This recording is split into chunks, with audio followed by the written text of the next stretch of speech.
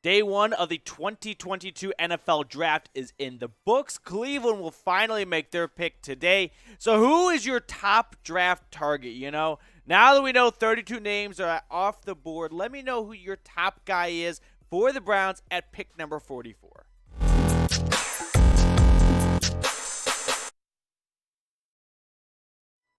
Welcome into the Cleveland Browns Report by Chat Sports. I'm your host, Matthew Peterson. We're talking all about the draft today because we're not going to talk about free agency. No. So we got the latest Browns draft rumors. We're going to check out my big board of realistic / dream targets for the Browns to get at pick number 44. And then we'll look at the rest of what's under the sun relating to Browns draft rumors, including Baker Mayfield trade. Are we going to get one of those today? Can we do the Baker Mayfield trade tweet, Adam Schefter? Because I think I speak for all of us when we're like, all right, let's just get this over with. Let's move on from Baker officially, get a draft pick, and shake hands. Well, probably not even shake hands, and go our separate ways here. So if you missed it, last night the Carolina Panthers selected Ebiketie with the 6th overall pick in the 2022 NFL Draft, which was a huge boost for the Browns because there were a lot of people who thought they might go quarterback here.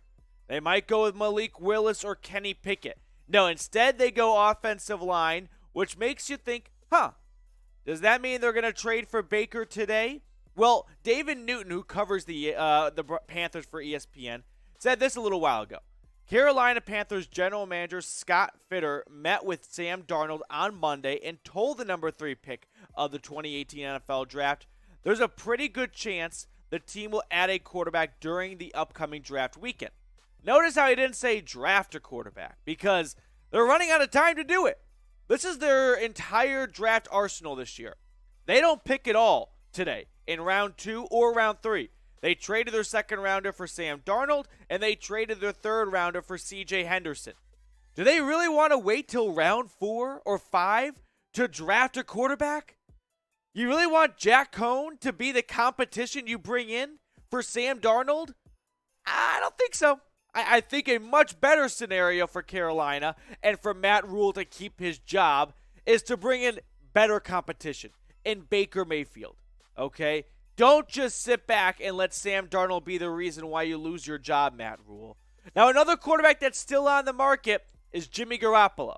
And all of the 49ers fan base is pretty hell-bent that Jimmy G is going to end up in Carolina. So who do you think is a better quarterback? Type 6 if it's Baker, or give me a 10 if you think Jimmy G is a better quarterback altogether.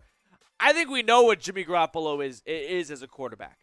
There's a little bit still unknown about Baker because of what we've seen at flashes and moments in the second half of the 2020 season. So let me know in the comment section who you think the better QB is.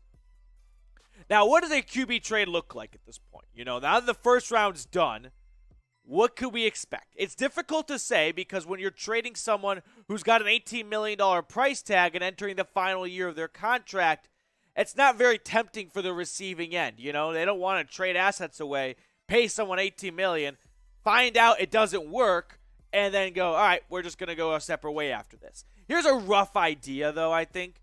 The Browns get a 3rd-round pick next year. Carolina, like you saw, they only had 6 picks in this draft. They only have 5 left. I don't think they want to move on and have 4 or 3 picks in this draft class remaining. Panthers, meanwhile, they get this year's 6th, and Baker Mayfield. Now, this is all very dependent on that $18 million salary. If the two teams split it, the Browns will get, I think, a little bit more than just 1/3. But if the Browns say, hey, we want you to pay the whole $18 million bill, and to do that, we're going to toss a 6 and maybe even a future 2023 pick, like a 5th or something like that, it's shaky. You never quite know. But we saw a ton of trades go down yesterday that I don't think anyone saw coming until the draft happened. I mean, who saw A.J. Brown getting traded in the middle of the first round? I personally did not. But type me if you just want this Baker trade saga to be over with. You're like, you know what? It was fun content for a little bit. It was interesting to see where he could shake up or end up. But now it's like, can we just trade the guy, move on, and get ready for this season? Give me a me if you're on that team down below. Next up, we're going to look at my draft big board. Like I said, 32 names are off the board. So we're going to look at my top 10 guys. It's a nice mix of Browns needs, dream targets, and realistic targets.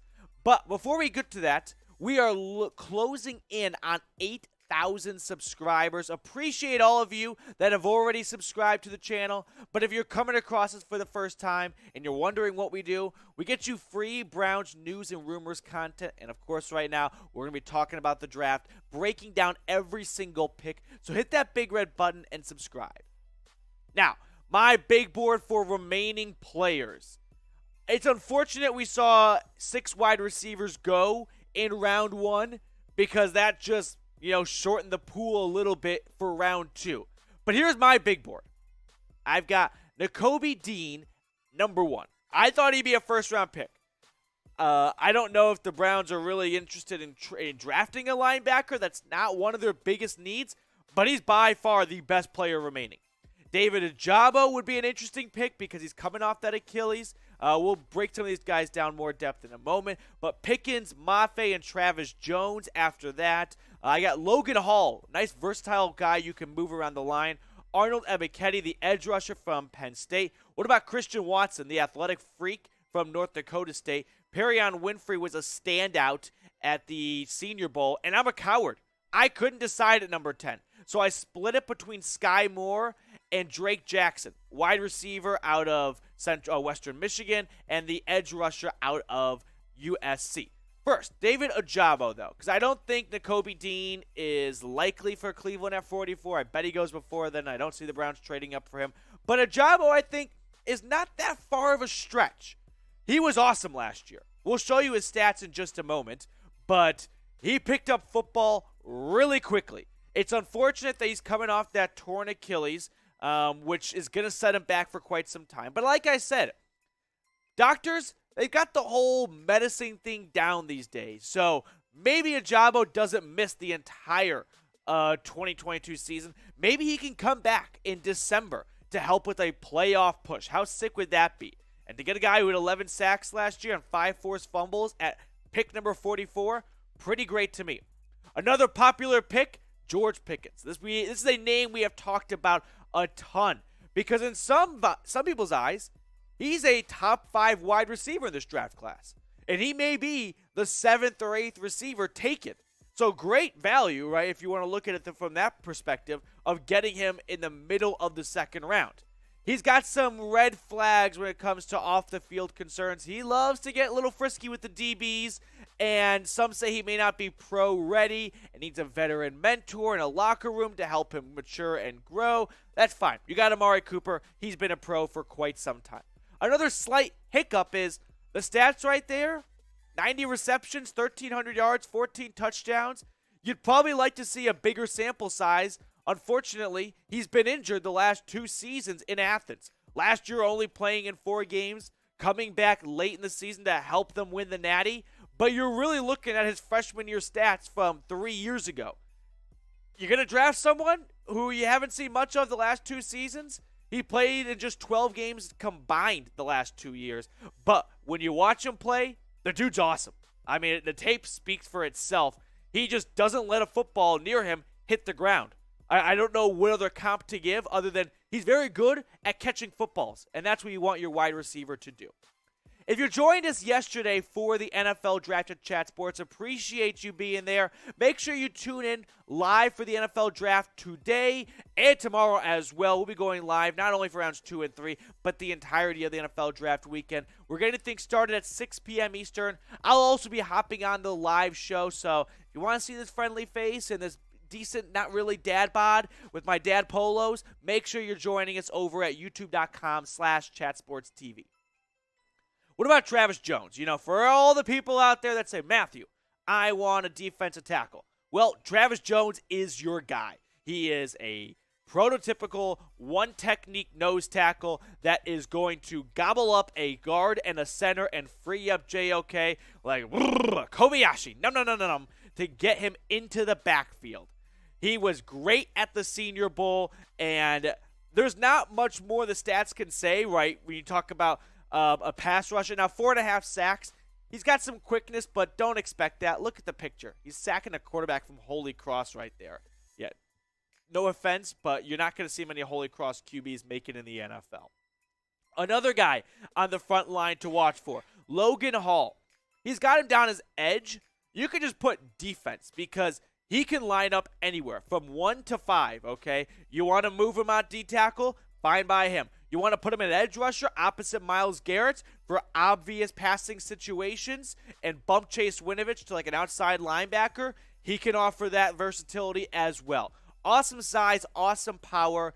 Maybe not the best flexibility. That's what, those are the cliches GMs look for. But it would be a very fun player to have on your defensive line. My next question is this, though. Could we see Andrew Berry trade up in the draft? If you combine picks 44 and 99, that gets you middle of round 2. That's keeping that first third-round pick you have, by the way. Was that 78, 76, something like that? So you still have a third-rounder, your first third-round pick, early second round to get George Pickens. Or if you're like, you know what, we don't need Nakobe Dean necessarily because we're actually kind of good at linebacker between bringing Anthony Walker back, having Taki on your roster as it is, and JOK. But if you're like, this is just a stud athlete. Now, he's got some injury concerns. That knee is bothering some folks, but Ojabo could be a great guy to trade up for. George Pickens, any of those names I just showed you, for the most part, I wouldn't mind moving up a couple spots to get. So who would you trade up for? Who is someone you're like, listen, I don't like the idea of giving up more assets to move up, but I don't want to risk this guy not falling to Cleveland at 44. Pick up the phone, Barry. Let's burn down a cell tower in Berea because you can't stop calling the teams ahead of you to get your guy. Let me know what you think. For me, I think the only position I would see Barry move up to be would be an end rusher. It's not that Pickens isn't worth trading up for, but there's a lot of good wide receivers in this draft class. In fact, college football this day and age, just pumps out great wide receivers. They're throwing the ball more, they're getting more targets, and so you're seeing more wide receivers get more involved in college, and thus, loaded wide receiver class year after year. Here are my top round 3 targets to keep an eye on for, because it's not just round 2 guys out here. Don't forget about round 3. So let's say the Browns go wide receiver with Pickens or Skyy Moore or Christian Watson. Well, Matthew Butler or Zachary Carter, SEC foes right there, could make some sense to add some, beef to the interior of that defensive line. And then we do the inverse. Let's say Perrion Winfrey goes to the Browns at number 44. Calvin Austin has been a popular name in Browns draft rumors circles. They talked to him back at the Senior Bowl. A nice, speedy, gadget slot receiver that can help you out. I'm also a big fan of Jelani Woods and Tariq Woolen. So Woods could help out with that red zone presence that you always wanted Austin Hooper to be. He only has 1 year as a starting player at Virginia, but he's got awesome size, 6'7" and like 280 pounds, 70 pounds, something ridiculous like that. You can't miss him pretty much. We also have heard murmurs that Barry's a big fan of maybe drafting a cornerback because he knows Greedy Williams and Troy Hill is entering the final year of their contract. So maybe he wants to think one step ahead, add some insurance in that defensive backs room, and Woolen could do that for you as a road runner out of UTSA. All right, guys, that's going to do it for us on today's show. Make sure you follow me on Twitter at MatthewPeaty. If you want to talk about the Browns, talk about the NFL draft, whatever it may be, hit me up over there. I'll follow you back as well. Also, make sure you watch tonight's draft over at Chat Sports. That's going to do it for us, though, on today's show. I'll catch up with you later with more Browns draft news and rumors.